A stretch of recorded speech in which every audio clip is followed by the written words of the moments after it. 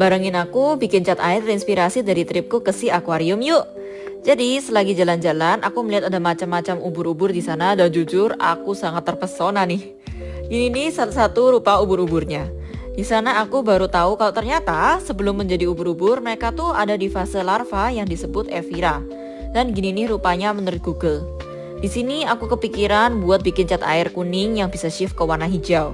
Gini deh jadinya kalau di kertas putih dan kalau di kertas hitam warna hijaunya lebih mencolok. Kalau kalian sendiri gimana? Binatang favorit kalian apa nih kalau di akuarium?